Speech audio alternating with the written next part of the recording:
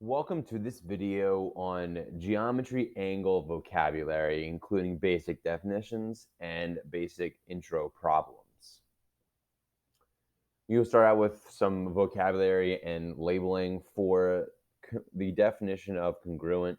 We will basically say that these are going to be equal in measure, and this may apply to segments, angles, shapes of various different kinds, and we'll apply that a lot over the next few slides. So as you can see in the pictures below, an angle can be named by a point. It can be named by an angle, like in the middle at the bottom here, as an angle 1, or 3 points with the vertex in the middle. And this third part of this sentence is crucial because we'll see a lot of angle QRS in what we are doing in this chapter, and you'll have to know that you're kind of going and keeping that middle letter R as the main part of the angle at the vertex, which we can mark. And we can keep moving now through our slides. Before we talk about what this specific is, postulate is something in geometry that is a known quantity, and it is not something you have to prove. It's kind of accepted as being true. Specifically, this angle addition postulate is, as you can see at the bottom, we have a larger angle, which is angle ABD in front of us. And we have two smaller angles, ABC and CBD.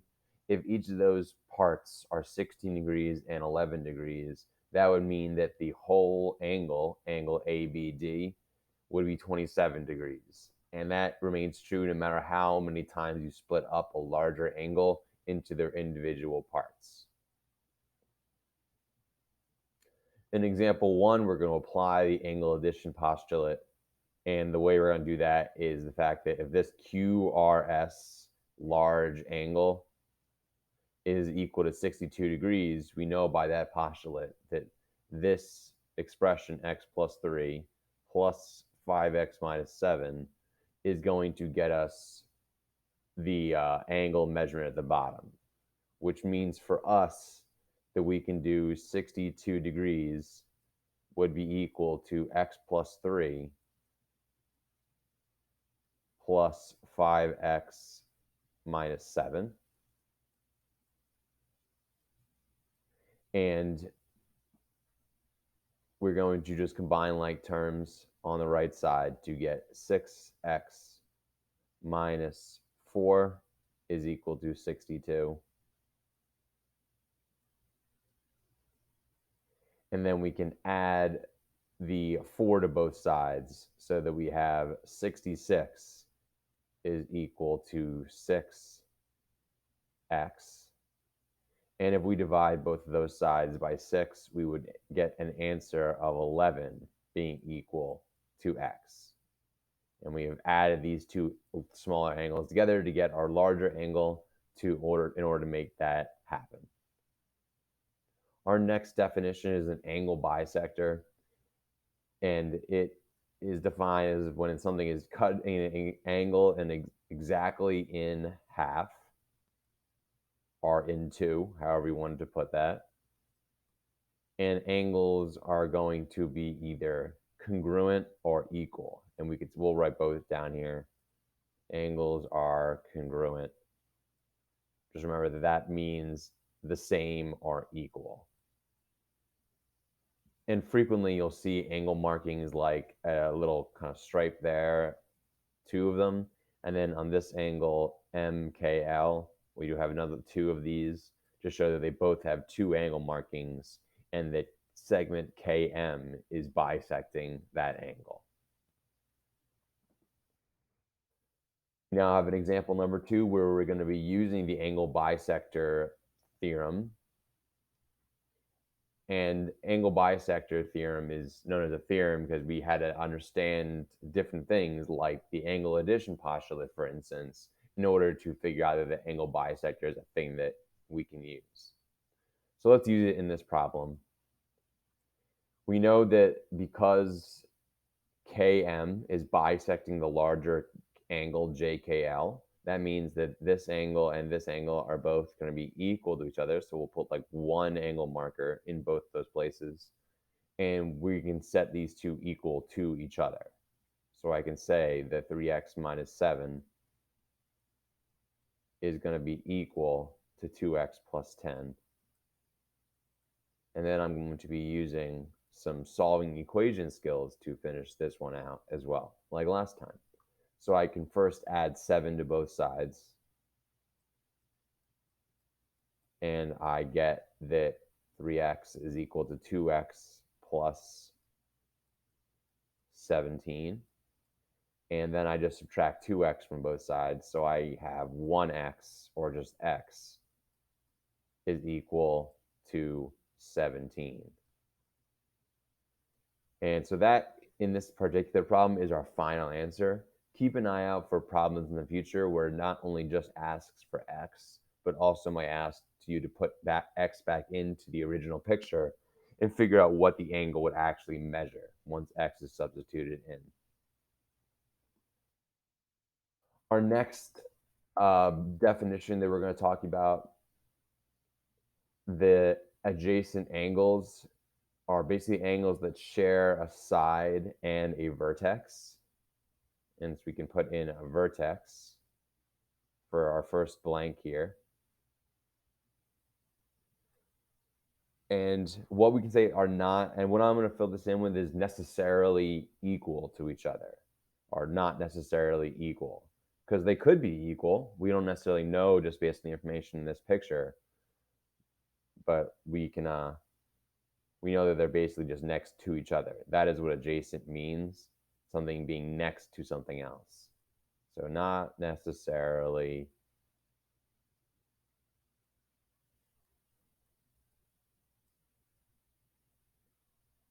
equal. So let's go ahead and continue on here. Which angles are adjacent or next to angle CFD? So we're just going to mark all the ones that are next to it. So this angle right here is the angle they're talking about, CFD. So we would say that angle DFE is adjacent to it, CFB is adjacent to it, but the only one up here that is not adjacent to it would be this one over here, angle AFB. The other three might not be equal to the angle we're talking about, but we have two angles that are in fact next to the one we care about here. Let's continue forwards with our notes. Now we have vertical angles. So angles whose side form two pairs of adjacent angles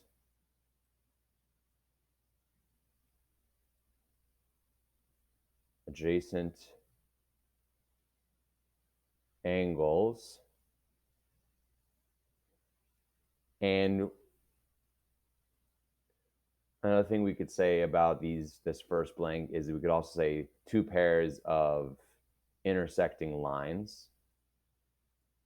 So we could say intersecting lines, intersecting lines. And vertical angles are congruent. If we look below in our picture, we can see four different angles, and we have two pairs of congruent angles. The ones across from each other are congruent, so 4 and then 2 are congruent. And then also 1 and 3 are congruent to each other as well. And we'll now look at an example here where we're applying that knowledge. We know by vertical angles that these two angles are congruent or equal to each other. And so I can write 3x minus 63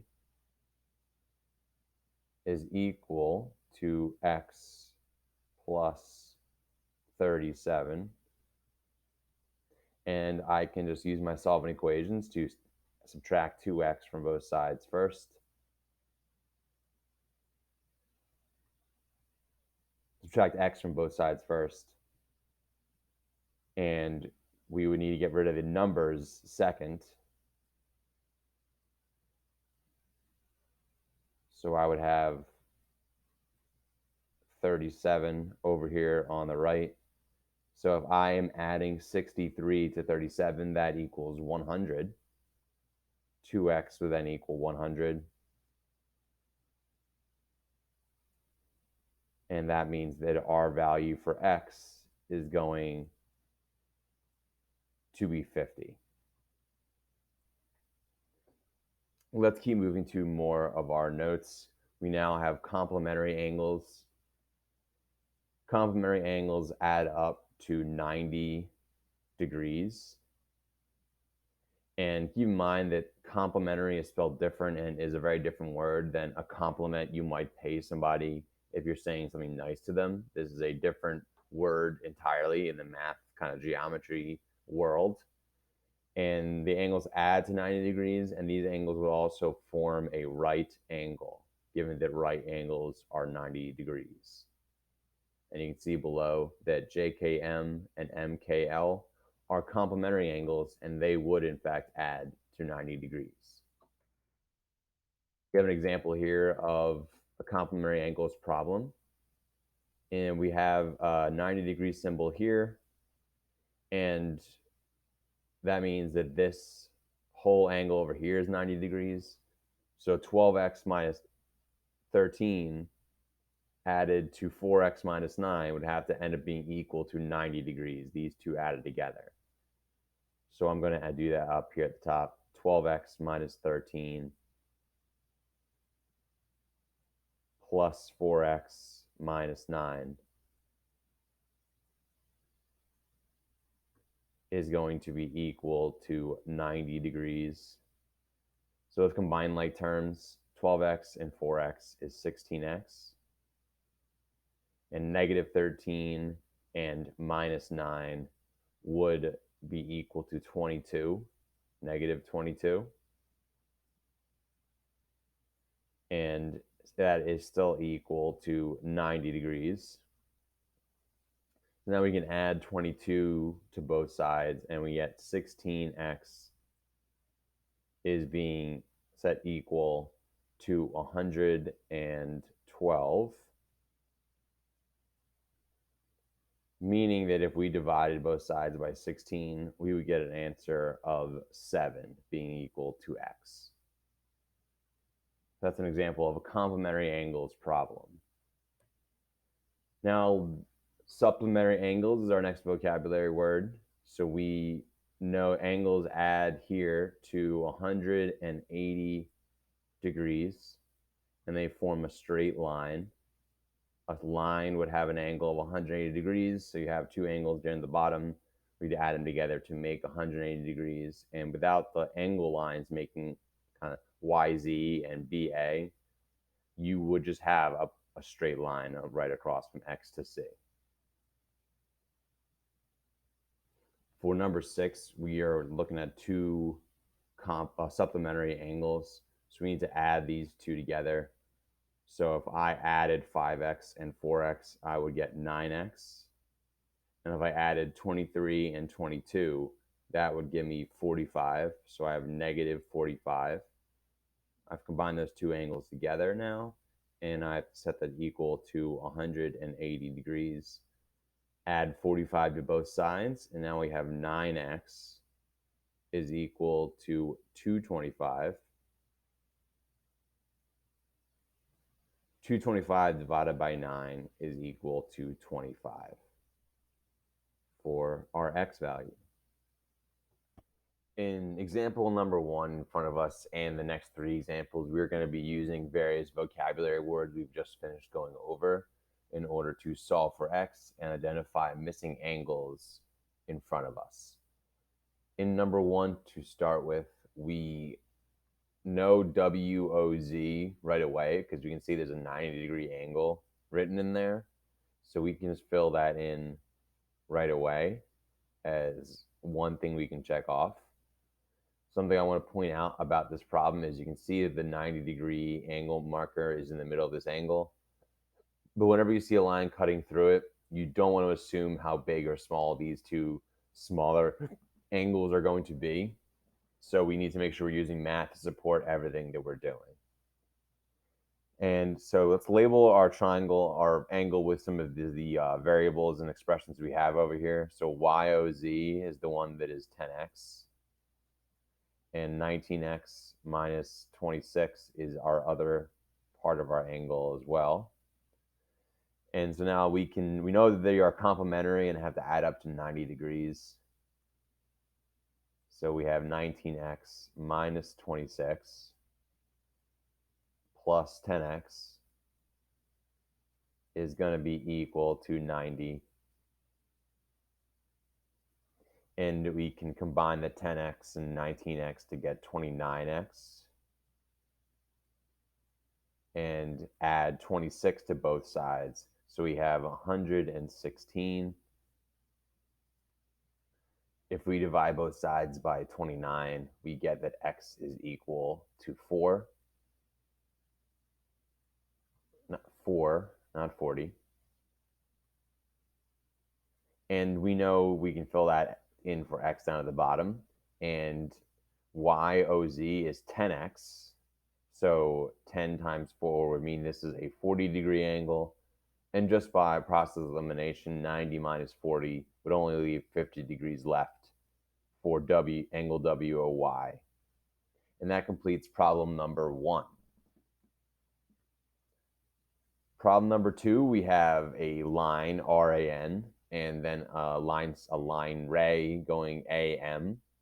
So we can tell that these two angles are on this line, and that means they are supplementary angles. So we can add these two angles together and have them, that would equal 58x, and negative 10 plus 16 is 6.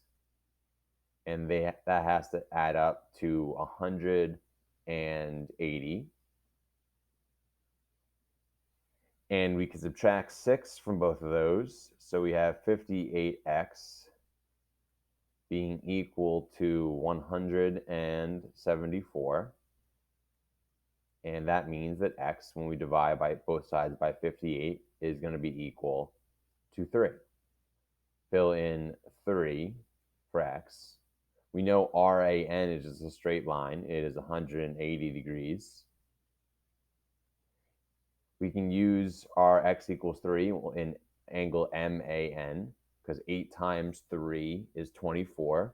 24 plus 16 is equal to 40 degrees. So 180 minus the 40 we've already found will give us 140 degrees remaining, and we could put in x equals 3 into this one. 50 times 3 minus 10 does equal 140 degrees, so our answer was correct. And that completes problem number 2. Problem number 3, we have angle CAN over here, and then we have an angle MAT over here. So those are vertical angles, and we know they're equal to each other. So we know that these two expressions they have given us are equal to each other. So that we want to write it out as an equation first in order to solve it from there. And you're going to look for x from this. And we can subtract 15x from both sides and then add 1 to both sides. So we have 3x is equal to 21. And x is going to be equal to 24. Or no, equal to 7, actually.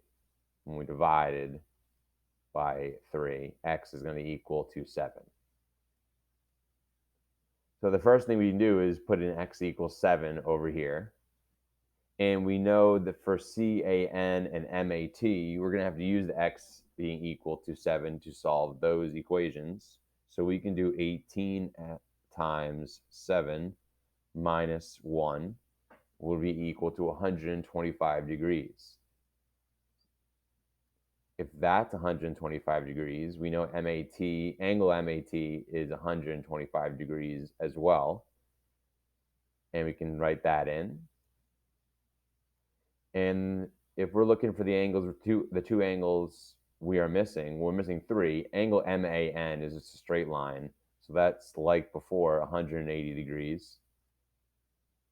The two angles we now have missing, MAC and TAN, are both equal to each other. All we have to do to get the answer is 180 degrees, or 180 degrees, which is MAN, minus MAT or CAN. That difference is 55 degrees. So that difference would be the angle they're missing here and here. So we know that these two were both 125, and then both of these angles were both 55. And that completes problem number 3. Problem number 4 will be our last one in the video, and there's a lot going on in this problem. We want to think about what we could label down here to start with. Angle QPR, which is right here, QPR, is going to be 90 degrees. We know that it's marked by that box showing that it's 90 degrees. If we look at the other ones we have here, it doesn't seem like we know any of those other parts. So we could say up here, TPQ is not one we need, but we do know it's 90 degrees. So that's going to be helpful later on. So we need to use these two expressions to add them together in order to have them equal to 90 degrees, since they add together to equal angle QPR. And so we can do 7x plus 5x is 12x. Negative 12 plus 6 is negative 6. And that is equal to 90 degrees. And if we add 6 to both sides, we've got 12x is going to be equal to 96. And 96 divided by 12 is going to be equal to 8. So we've got our x value. Now, in order that we can figure out what QPS and SPR will be, so let's do that first. We can do QPS first. So we're going to do 7 times 8 minus 12, and that is going to be equal to 44. And so we got QPS. So SPR, using this expression, we would do 5 times 8 plus 6, and that is going to be equal to 46. And we want to label our picture here. So we know SPR is 46 degrees and QPS is 44 degrees. So that adds up to 90 degrees. That's a good sign that we did it correctly. And we're missing 2 angles. So we're still missing SPT.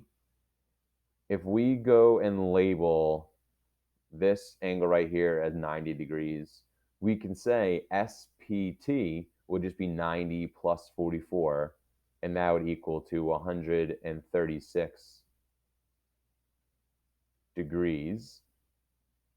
So TPR we missed earlier, that was just 180 degrees. And we have now found everything we needed in this problem for number 4. And that concludes our presentation lesson on geometry basics, vocabulary, and examples for angles. Thank you for watching.